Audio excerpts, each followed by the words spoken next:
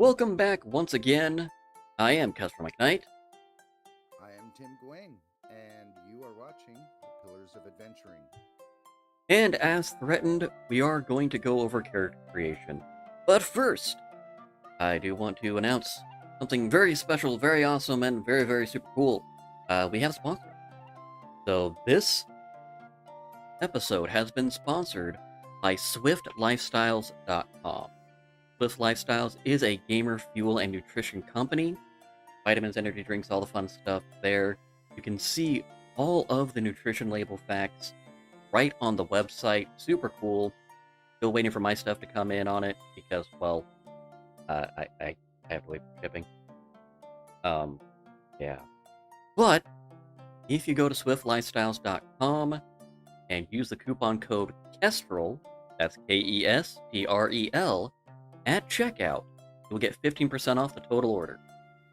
So, swiftlifestyles.com. There will be a link in the descriptions on the YouTube and in the Facebook. And I will post it up in the chat here too. I attention and maybe can't type. I don't know. Yeah. Apparently, he's been having problems typing all day. Yeah, it's been a bad day. Yeah, there we go. Whew. So you'll have it right there in the link. See the chat bot right there. Super cool. But anyway, now that the promotional side is taken care of, we are going to go over character creation. Get your notebooks out. There will be a lot to go over. There might be a test. You will be graded. Wait, who's going to be grading the tests? Their DM? I don't know. It sounded better in my head. Anyway, character creation. We're going to go over a few important points. And you should be prepared. So we're going to do a high-level overview of the races, classes. Not going to dive too deeply into those today because we're going to go into each one individually later. We're going to talk about stats, what they are, what they mean, how to craft your custom character, build a description, even a basic overview of backstory creation, addressing one of my major pet peeves with character creation as well. Future episodes, we will do deep dives into the major races, classes, the official ones anyway. But for today, for the example, we are going to be showing you how to do a level 1 human fighter. So, let's get down to business. The first thing that I would like to express right here is that there is no right way to build a character, but there are several wrong ways. How I typically go about it is that I fill out the character sheet. And then I create a backstory to fit what I filled in my character sheet.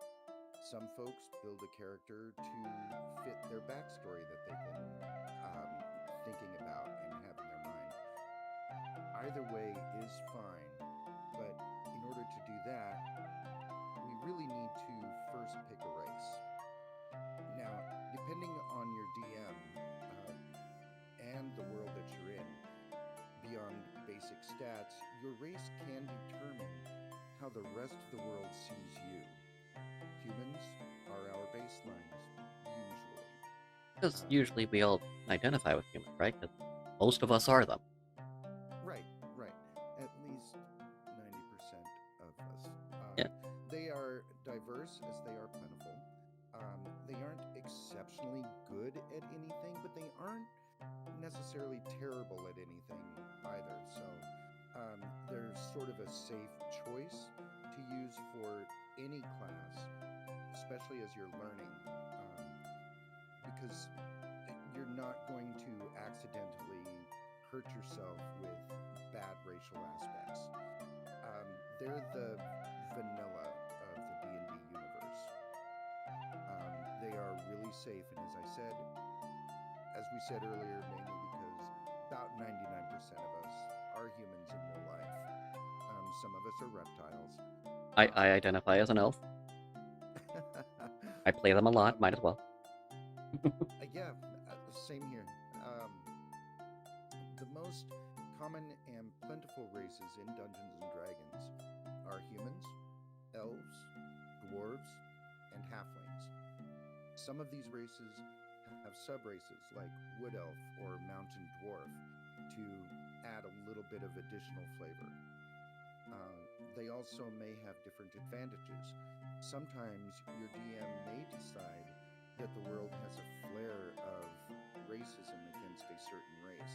While this can be an interesting story idea, I really cannot stress enough that you shouldn't use this type of story to promote racism. Not only is racism bad, but if you're using it to hurt players as opposed to be something for them to overcome, it's pretty lazy and rude. I could go on for hours about how racism can be a tricky line to tread. It can be a very useful tool to create tension or be a driving force to get the players to do something. Uh, One of the great things is if you have a situation that your players don't like, you build NPCs that are specifically designed to hate in order to be a catalyst of a changing situation. That's okay. Just be careful about it. At the very end of the day, this is supposed to be a game of enjoyment. There are far more important things to hate than someone's race, like crappy dice rolls. Exactly. I have a dice jail for a reason. I'm in a campaign right now where dwarves are slaves, and we as a party have already been talking about how we can free the dwarves. So, so there is that element. It's part of the storyline. It's part of the world in which we're used to. So again, it can be an interesting story hook. And especially if you take an approach like that, we're like, okay, yes, there's slavery, or there's a stigma against tieflings because of their demonic heritage, because, well, there's a demon war last generation. And exploring how that affects people and building on it in a safe space can be good. It can really help for personal growth and addressing these issues we face in real life without having to go through them. But that's something you want to talk with the table about before going into, or saying, hey, I want to do this, because it's a very heavy topic. You don't want to spring that on your players or your fellow compatriots. It's okay to say, hey, I was a slave in da-da-da-da, broke free and started my life adventure. That's fine. But be mindful of it. Now, once you have settled on a race, you will want to select a class. Classes are basically the adventuring professions in Dungeons & Dragons. There are 12 core classes, each with its own unique skills, abilities, and modifiers. You can be any class you want. You can even take levels in other classes over the course of the campaign if you feel your party is missing something that you could provide. Generally speaking, possibilities are limited by only your imagination. Each class does have an important role in both combat and social interaction, and will have you approach the world differently. Again, we will have specific episodes on each class, but for example, with a ranger, they typically are on the outskirts of society. They patrol the woods and wilderness and wilds, mountains, wherever they call home, they patrol that. So they have a kinship of nature and a balance. You can use that as your interaction. But today we're going to just focus on making the fighter. Again, they're a good all-around class, and when used well, they are an important part of any adventuring team. Now, we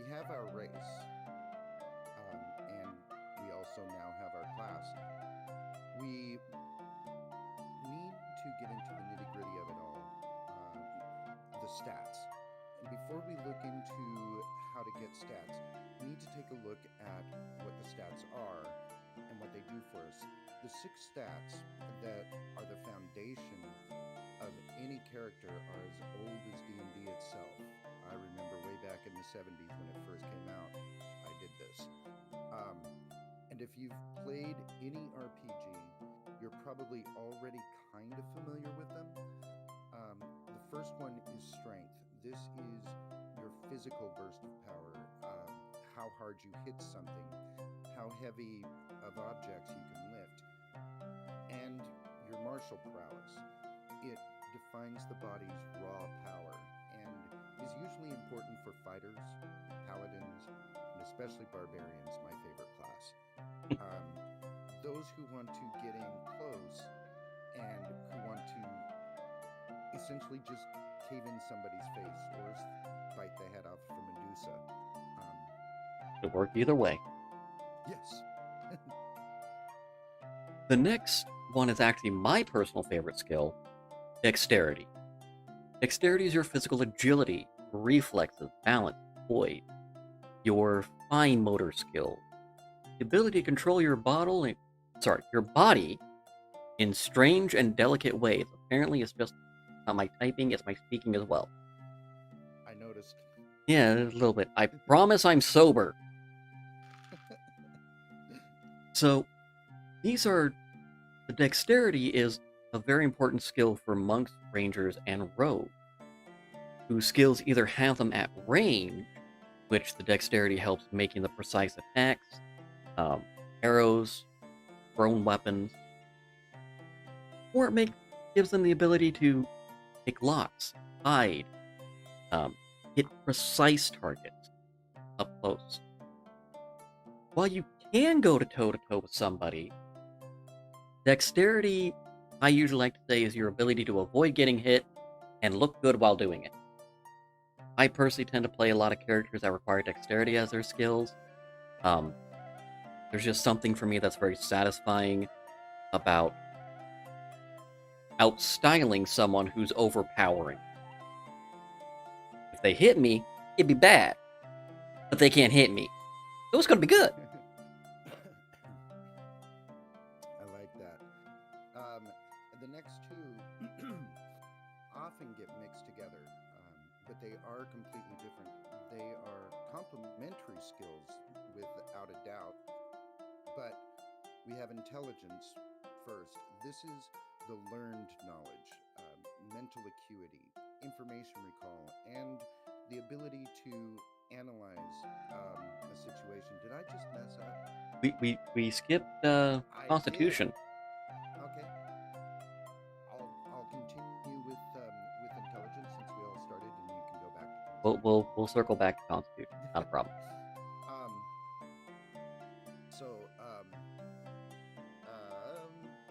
This is the most important for wizards, as their spells draw power from this score.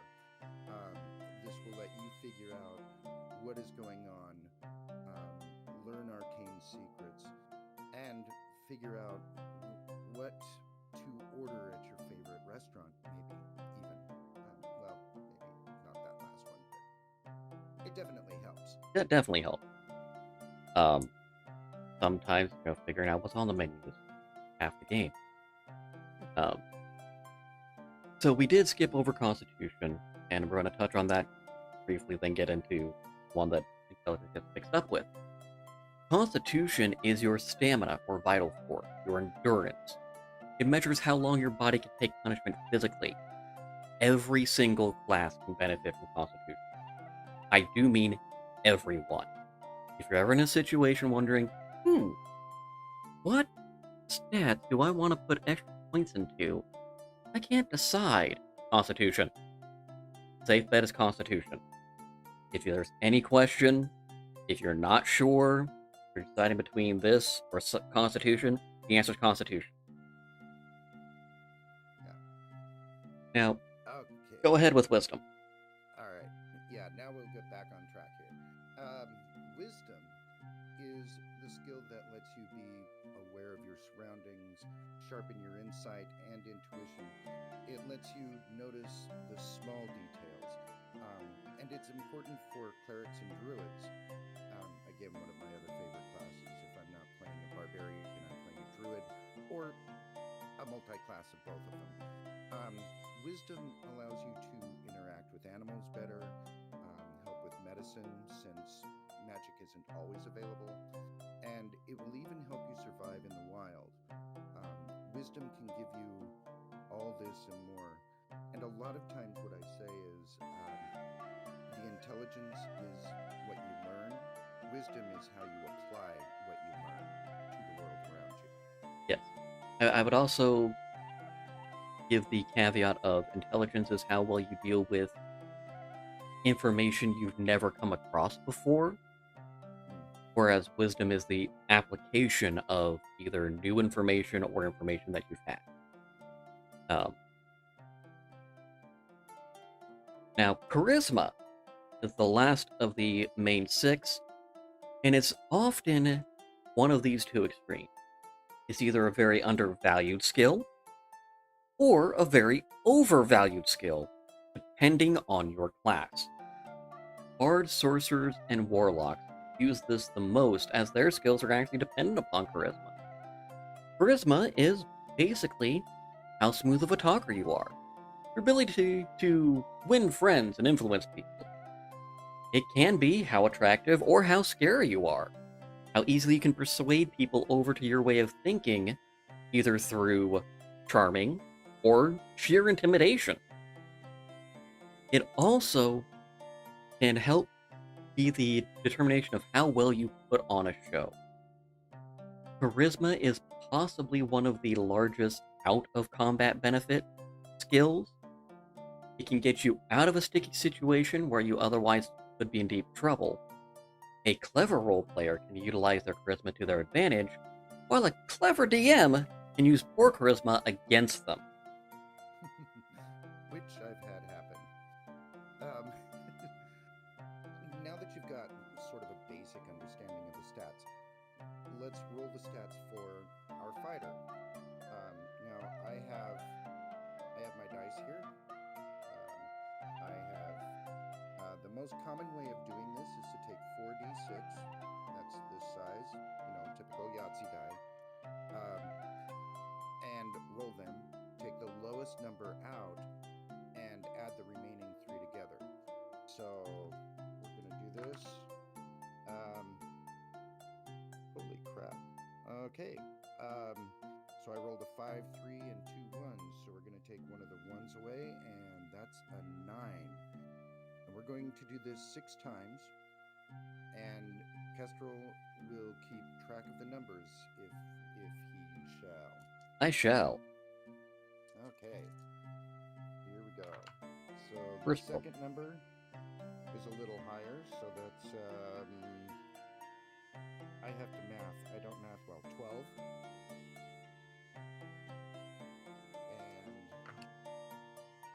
And we have 13 on that one. That was a good roll. That's not a bad one, no.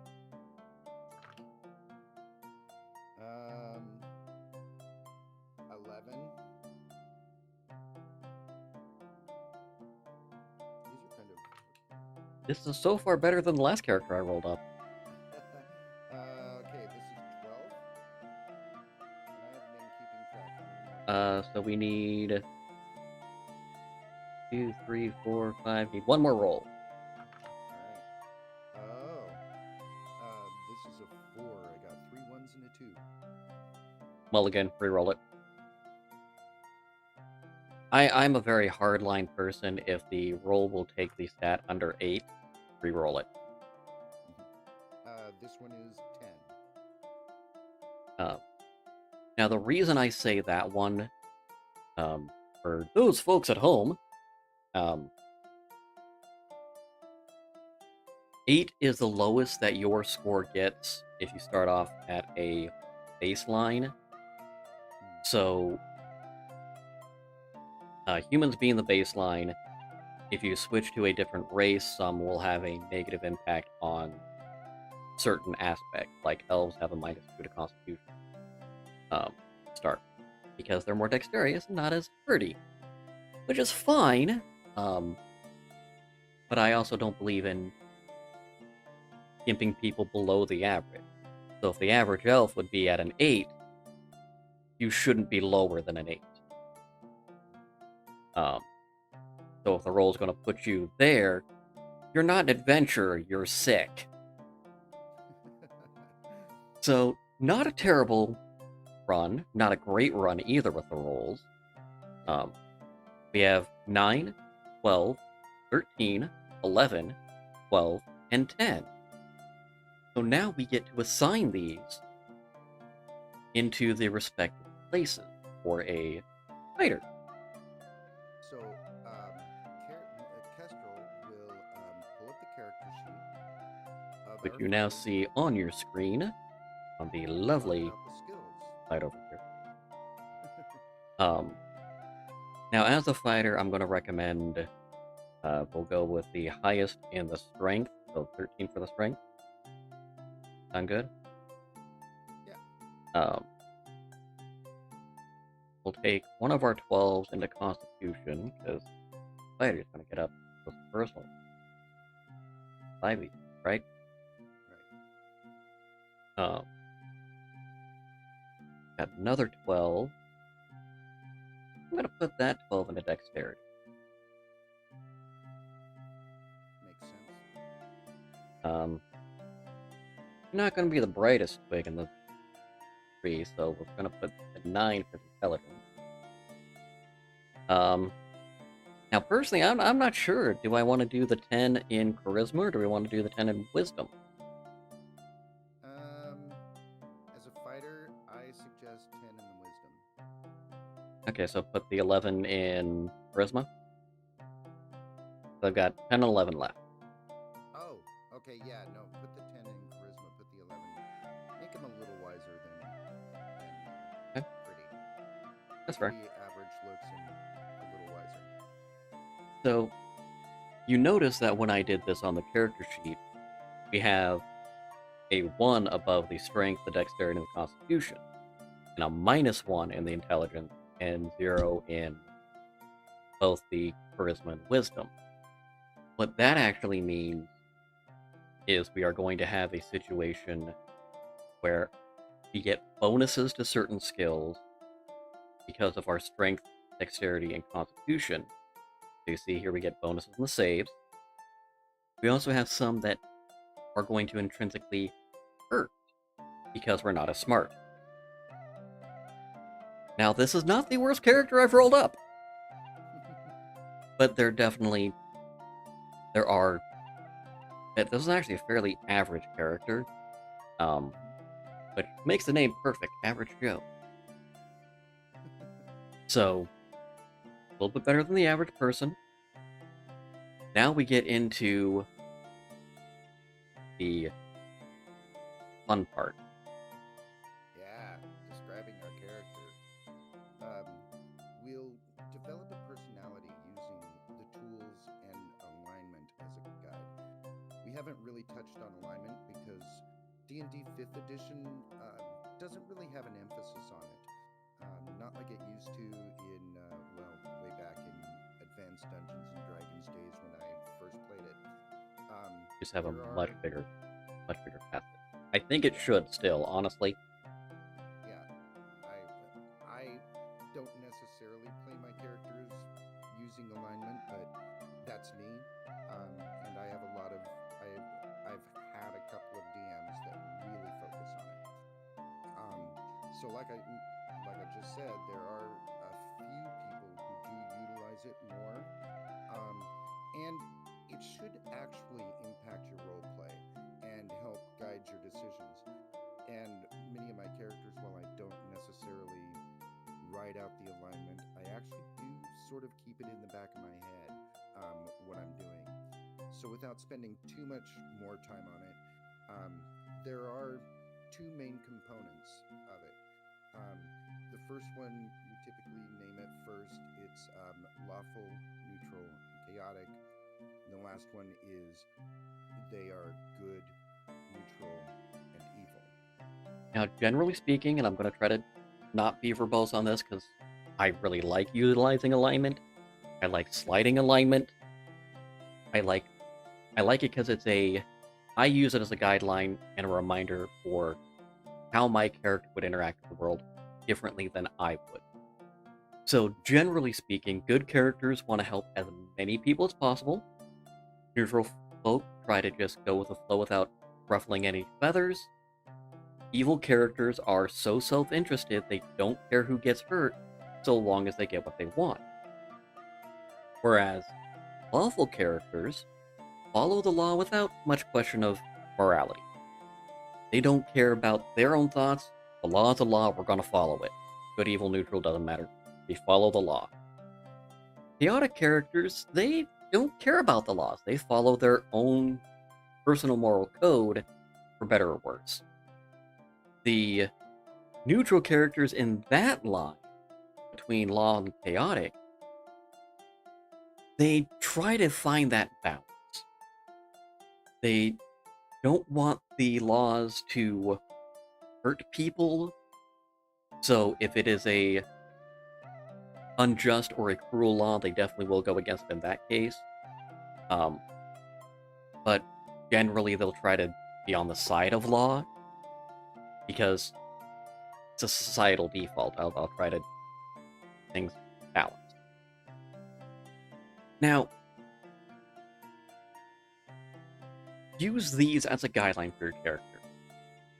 We will get into morality and roleplay because one is not used enough in my opinion, and two, a lot of times when people use it, they use it wrong. I'm looking at you, chaotic evil. Right. And we're also going to explore individual backgrounds more in depth later. And you aren't required to pick a pre-built background, and you also can adjust them. These are just launching points. Since we're doing a fighter, we're going to do a soldier background because it just makes sense.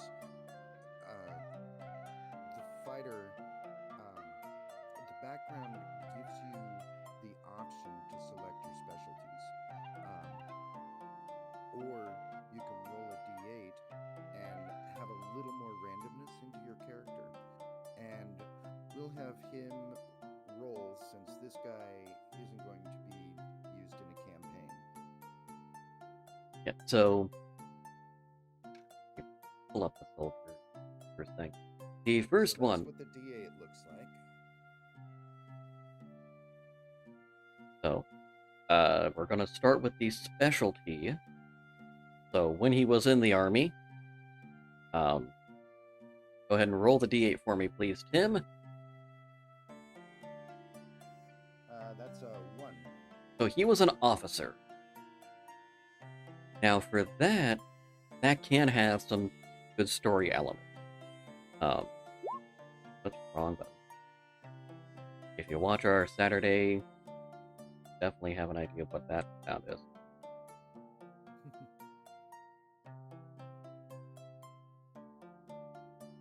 So a DM can use that for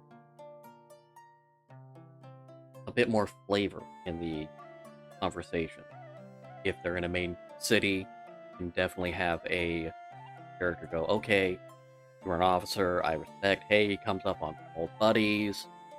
Well, you have a little moment of flavor. Maybe you get a discount because veterans discount. I don't know. Your game, run it how you want. The other thing is you'll actually see over here where it says land vehicles. Part of this background gives you access to a horse, basically, right off the bat for temporary use. Not that you own, that you borrow. So, we're going to continue with the background and see what the principal characteristics. So, roll me another d8. Alright. That's 3. 3. So with that one, it says that he's lost too many friends, and I'm slow to make new ones. It gives us 8 different options. So if you're not sure how you want to do it, okay. So I've got a grizzled veteran. Don't know why they have it capitalized there. Copy paste, that's what I.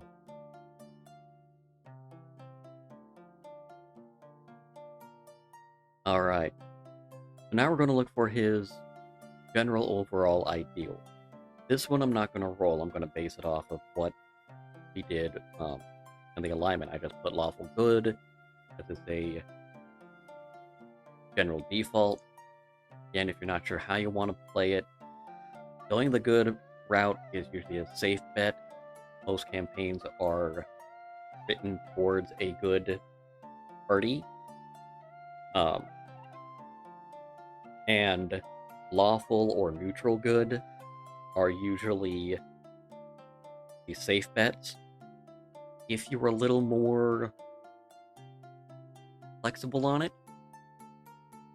chaotic is okay. But again, chaotic doesn't mean I do whatever I want, whenever I want, woo, chaos, you're crazy. Chaotic is I'm following my own moral code despite what the law says.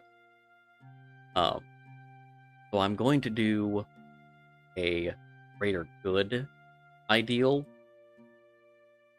just because it makes sense. So for the bonds, could you roll me a d6?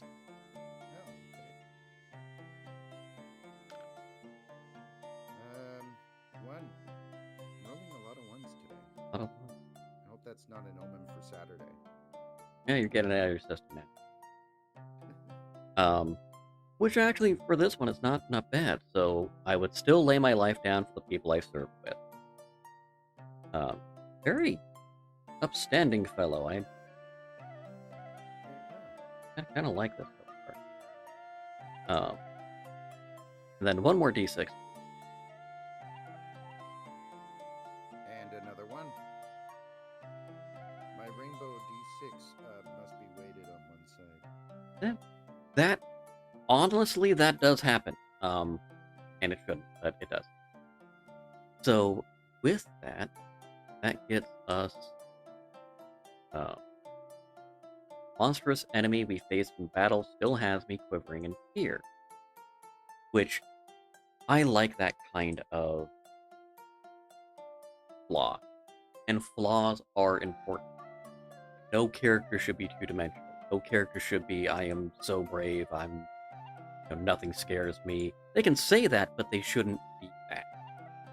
Because no one truly is that. Make your characters have wants, dreams.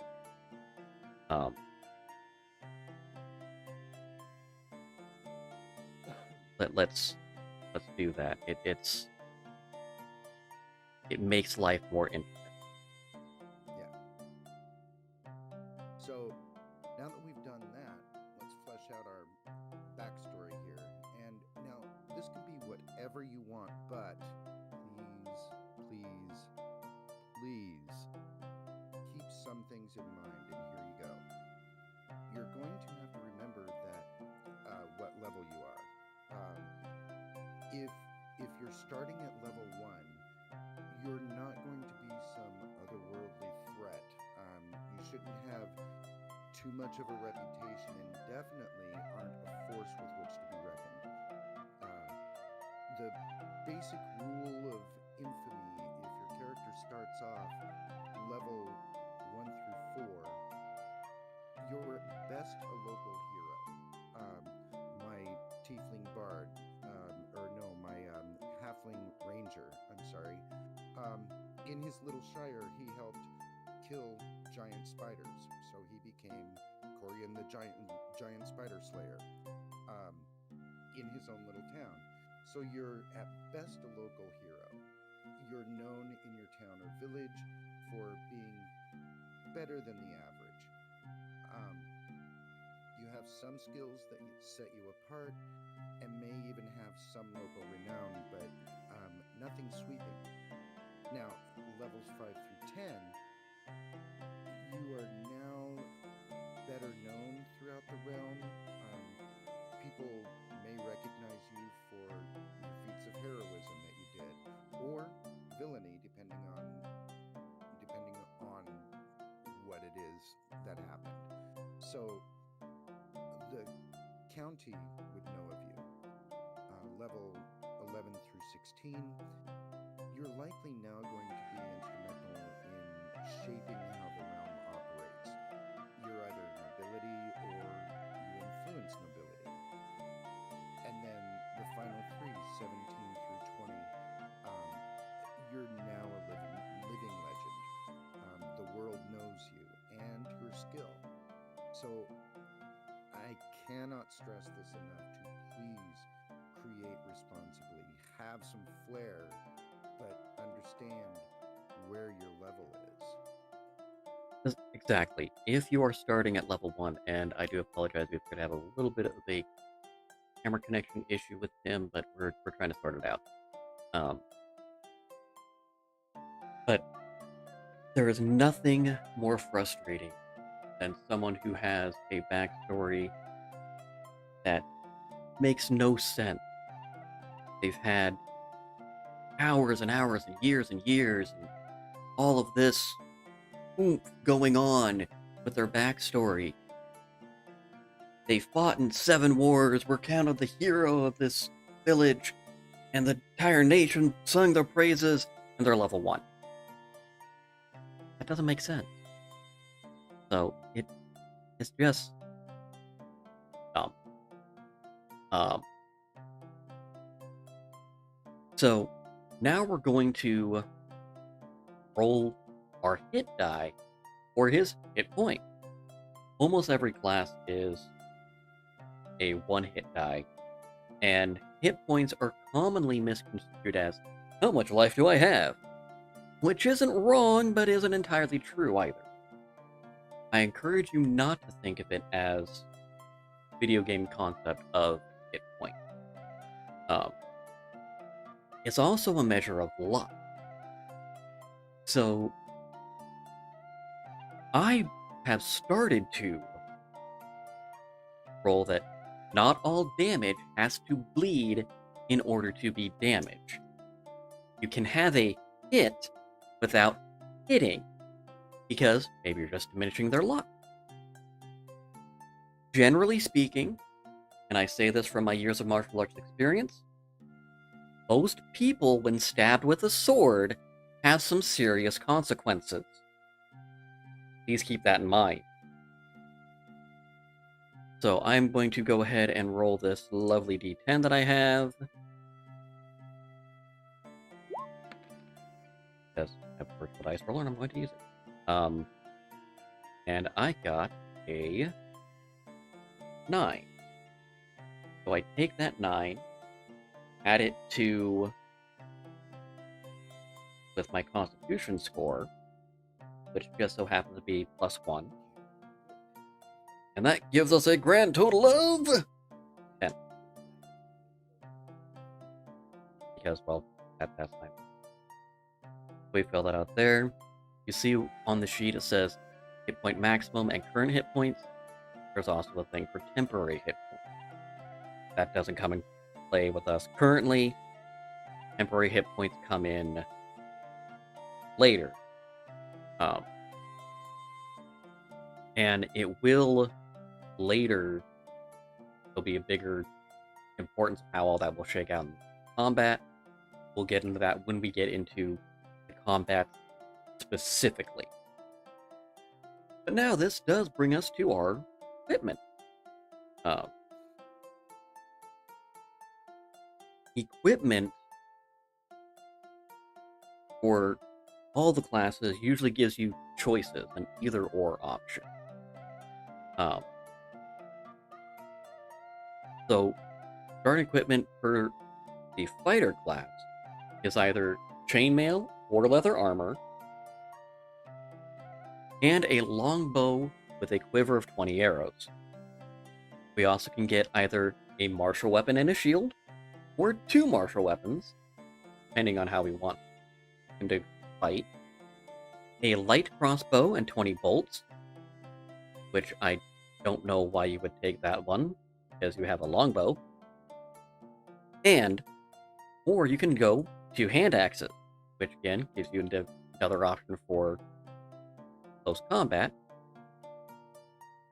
Or they can even be used as thrown weapons. And then you also get either a Dungeoneer's or Explorer's pack, which does have some different options. Depending, I'm not going to go into those in depth because it's easy to look it up and make that decision. We're going to go ahead and make this guy a defender style, so especially because he has the lot to lay down our lives in defense of others. That wasn't planned, it worked out. So we'll go ahead and give him the chainmail, and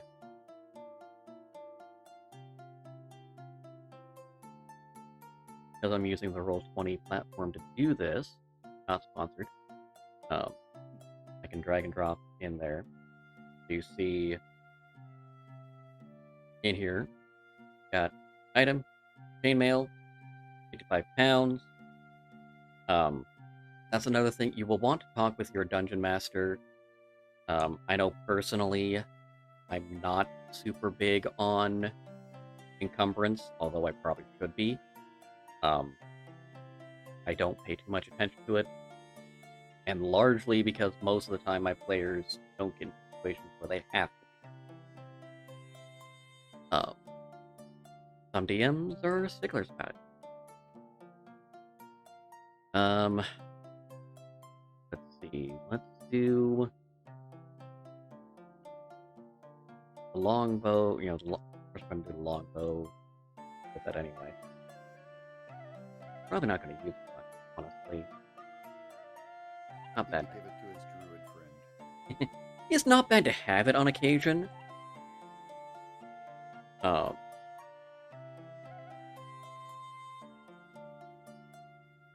There. Because not every situation is going to give you the ability to run in and smash faces. So it's nice to have a ranged option. So personally, when I play fighters, for most melee classes, I go with thrown weapons. And even my ranger has some thrown daggers just for style and flair, and sometimes they're nice to use as opposed to an arrow for narrative.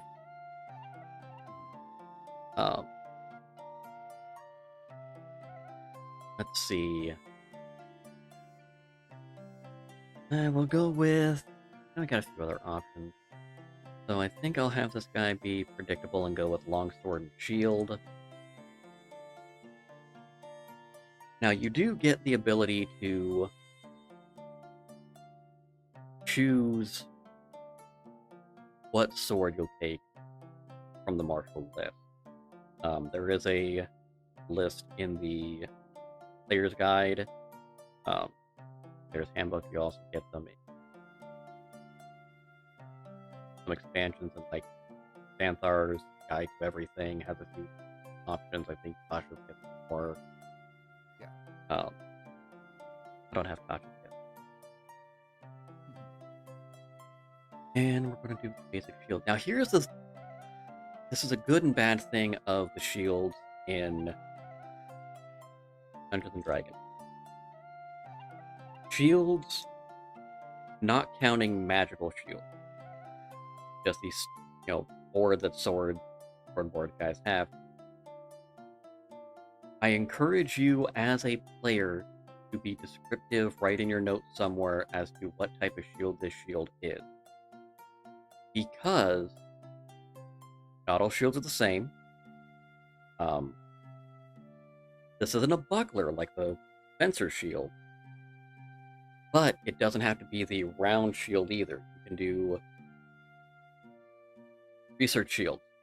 I could talk on shields for hours.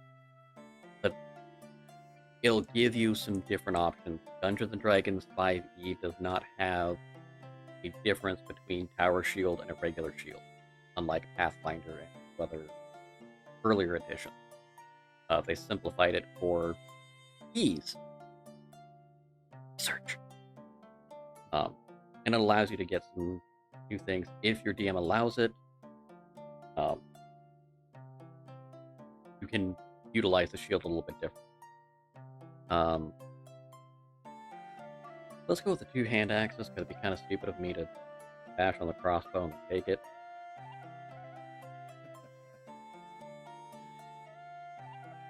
Oh, why?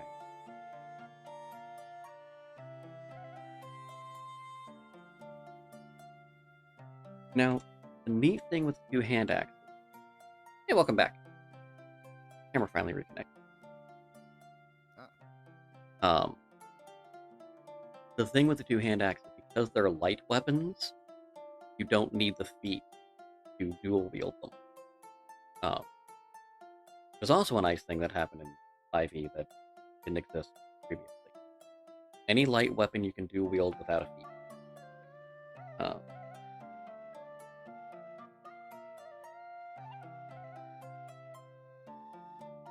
Engineer that in for fun and excitement.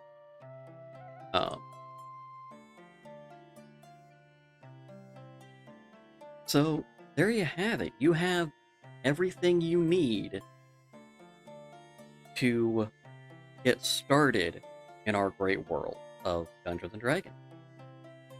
Feel free to give it a try for yourself. Yes, and don't forget to check out our exploits here on Saturdays at 3 p.m. Links will be in the description, and we look forward to hearing about your own adventures. And you can learn a little bit more about how to play by watching us struggle through our adventures. And you have to check out like from last week, way too good. Oh my god, that was so much fun. Yeah, it was. If you haven't seen it, this won't make any sense, but it's going to get a laugh out of Tim. Distraction! Yep. I love that guy. Yep, that was great. So for now, I'm Tim. And I'm Kestrel.